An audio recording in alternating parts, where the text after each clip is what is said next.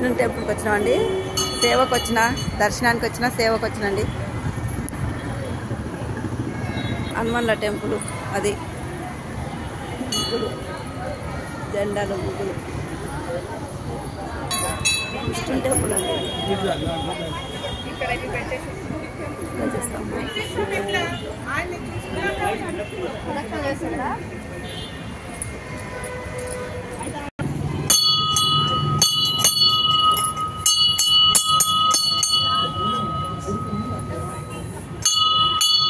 పక్కకి వచ్చాడు, డిస్టర్బ్ చేస్తాను.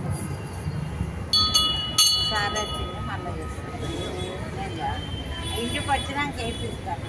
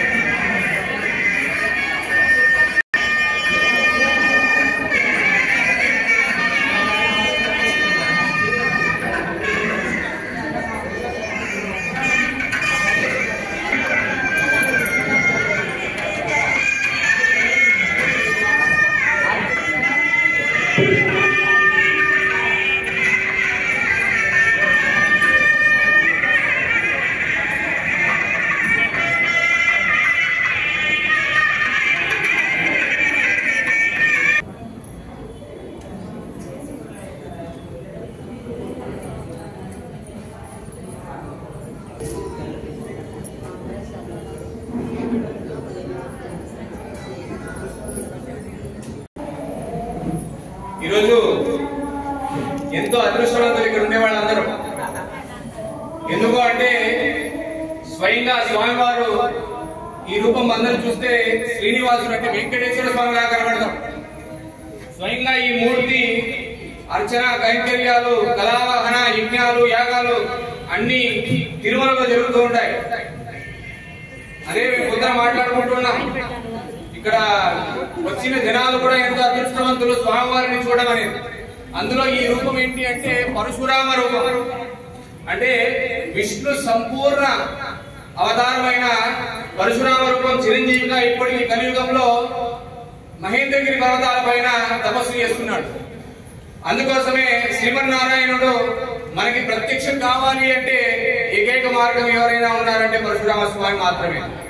ఎందుకంటే భూమి మీద ధర్మం గతి తప్పినప్పుడు కలియుగంలో ఎంతో మంది ఆచార్యులు ఉన్నారు. అందరూ దక్షిణ భారతదేశం నుంచే ఉత్తరానికి వెళ్ళారు. మనము రామానుజాచార్యులు తీసుకోండి, ఆది శంకరాచార్యులు తీసుకోండి, మధ్వాచార్యులు తీసుకోండి, వీళ్ళందరికీ శక్తి ఎవరిచ్చారు? స్వయంగా శ్రీ మహావిష్ణువు అయిన పరశురాముడు వాళ్ళకి ఆ శక్తిని ఇచ్చాడు. ఇప్పటికీ మీరు తిరుమలలో మనం చూసుకుంటే 2 పాదరక్షలు ఉంటాయి. నడకదానికి వెళ్లే చోట్ల మీకు వెళ్లే పెద్ద పాదరక్షలు ఉంటాయి. ఆ పాదరక్షలు సంవత్సరానికి ఒకసారి అరిగిపోతూ ఉంటాయి. తెలుసా మీకు? మాడుస్తూ ఉంటారు. ఆ పాదరక్షలు ఎవరు వేసుకుని నడుస్తున్నారు? ఎందుకు అంటే స్వామివారు సజీవంగా ఉన్నారు కాబట్టి ఇప్పటికీ అన్ని రూపాలు భగవంతుడు ఐక్యమైపోయాయి, రామ కృష్ణ అన్ని. కానీ ఒక్క రూపం మాత్రం ఐక్యం కాలేదు. స్థిరంగా ఇప్పటికీ భూమి మీద ఇప్పటికీ నిలిచి ఉంది. ఆ రూపమే పరశురామ తత్వం. ఆయన అందరూ అంటారు స్వామివారు చాలా ఉగ్ర రూపము, ఆయనని మనం పూజించలేము. భక్తుల దగ్గర ఉగ్ర రూపం ఎక్కడైనా ఉంటుందా అండి? ఎవరి దగ్గర ఉగ్ర రూపము? ఎవరు అధర్మాన్ని చేస్తారో వాడికి మాత్రమే ఉగ్ర రూపం. ధర్మాన్ని నిలబెట్టే వాళ్ళకి ఎప్పుడు ఆయన చేతుగా ఉంటాడు. ఈ రోజుకి ఎంతో మంది ఆచార్యులకు గురువులకు శక్తిని ఇచ్చే ఆ ఏకైక విష్ణు రూపం ఏదైనా ఉంది మనకి సజీవంగా మనకు కనబడుతుంది, తపోశక్తితో మనకి ధ్యానిస్యమైన కనబడుతుంది అంటే పరశురామ తత్వమే. అందరికీ ఇంకొక విషయం తెలియదు. ఏంటి అంటే మనం అగ్నిని ఆరాధిస్తూ ఉంటాం. పరశురాముడికి ఒక వరం ఉంది. కలియుగంలో ఆయన గురువుగా రాబోతున్నాడు. ఎవరికి అంటే కల్కి భగవానుడికి. కల్కి భగవానుడికి గురువుగా రావాలంటే ఈయనలో ఎంత శక్తి ఉండాలి. అలా మనం చేసే ప్రతి ఒక్క యజ్ఞ కార్యానికి ఈయనకి అగ్ని రూపాన్ని ఇచ్చారు. అందుకే భూమి మీద మీరు ఎంత ఏ కార్యక్రమమైనా అగ్నికి చేయండి, ఆ శక్తి అంతా పరశురామ స్వామికి చేరుతుంది. ఎందుకు? ధర్మస్థాపన చేయడానికి, సత్యుగాన్ని స్థాపించేందుకోసము స్వామివారు ఆ శక్తితో కలియుగంలో చివరిగా వచ్చే ఏకైక దశావతారంలో చివరి అవతారమైన కలి భగవానుడికి ఆ శక్తిని దారపోస్తాడు. అప్పుడు అంటే మితిమీరిపోతారు మనుషులు, ధర్మాన్ని పాటించరు, ఎవరికి ధర్మం అనేది ఉండదు. ఆ ధర్మాన్ని పూర్తిగా నిలబెట్టడం కూడా, సత్యయుగం స్థాపించడం కూడా, అక్కడికి ఆయన ఖడ్గం తీసుకుని తెల్లవర్షం మీద స్వామివారు వస్తూ అక్కడ ఉన్న వాళ్ళందరినీ, క్షత్రియులందరినీ, క్షత్రియులు కావచ్చు, మూర్ఖులు కావచ్చు, దుర్మార్గులు కావచ్చు, అందరూ అధికార బలంతో దశలకి వాళ్ళకి తిరుగు ఉండదు. సో ఆ తత్వంలో పరశురామ స్వామి ఆయన గురుగా యుద్ధ విద్యలని నేర్పించి, క్షాత్రాన్ని నింపి, ఖడ్గాన్ని చేతికిచ్చి ధర్మస్థాపన చేయమని సత్యుగానికి ఆయన గురుగా కలిగి భగవానుడికి వస్తారు. అందుకే అంత ఉత్తమైన అవతారం అని మనం పరశురాముని మనం చెప్పుకుంటాం.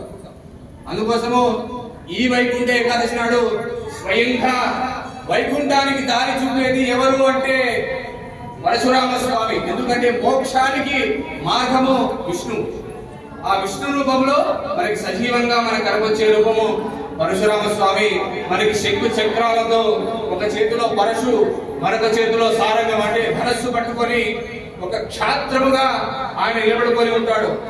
ఏ ధర్మానికైనా, ఏ తత్వానికైనా అన్నిటికీ ఆయన ఉత్తముడుగా ముందుకి తీసుకెళ్తూ వస్తూ ఉంటాడు. అందుకోసమే ఈ కలియుగంలో స్వామి వారిని తెప్పించడం వల్ల మోక్షానికి దారి వస్తుందని మనకి పురాణాలు కూడా చెప్తున్నాయి. రాముడు కావచ్చు, కృష్ణుడు కావచ్చు, రాముడిలో అంత క్షాత్రం ఏర్పడాలి అంటే, అంత క్షాత్రం కావాలి అంటే ఒక బ్రాహ్మణ తత్వాన్ని మనము, అంటే రావణాసుడు చూస్తే ఎంతో గొప్ప యుద్ధకాలం నేర్చిన గొప్ప తపో శక్తివంతుడు, మరి ఎంతో యుద్ధకాలం నేర్చుకున్న ఎంతో గొప్పవాడు. కానీ మానవుడుగా జన్మించినందుకు ఆ యుద్ధ అంటే అంత గొప్పవాడిని మనం జయించాలి కదా. గొప్పవాడు అంటే దీనిలో గొప్పవాడు, యుద్ధ వీరులో గొప్పవాడు, గుణములో కాదు. గుణములో రాముడు గొప్పవాడు, ఆయనకు మించిన వాడు ఎవరు లేడు. కానీ ఆయనలో క్షాత్ర గుణం నింపాలి అంటే ఈయనలో ఉన్న క్షాత్రాన్ని ధనస్సు ద్వారా ఆయనకు పంపించాడు. అప్పుడే ఆయన ఎదుర్కోగలాడు. ఎందుకంటే అంత సామాన్య విషయం కాదు. ఎందుకంటే దేవుళ్ళందరినీ నవగ్రహాన్ని గాఢ కింద పెట్టుకొని ఉన్నాడు. ఎవరు? రావణాసురుడు. శివుని ప్రత్యక్షం చేసుకున్నాడు. ఎన్నో శక్తులు ఉన్నాయి ఆయనకి. సో అంతా ఆ యుద్ధ రీతి కూడా తెలిసి ఉండాలి, ఆ క్షాత్రం ఉండాలి, ముందు ధైర్యం ఉండాలి ముందుకెళ్ళాలంటే. ఆ మనోధైర్యాన్ని ఇచ్చే ఏకైక భగవంతుడు కలియుగంలో ఎవరైనా ఉన్నారు, మోక్ష మార్గాన్ని ఇచ్చే ఎవరైనా ఉన్నారు అంటే శ్రీమన్ నారాయణ అవతారమైన పరశురామ స్వామి. అందరూ ఒక్కసారిగా గట్టిగా మనము జై బోలో పరశురామ భగవాన్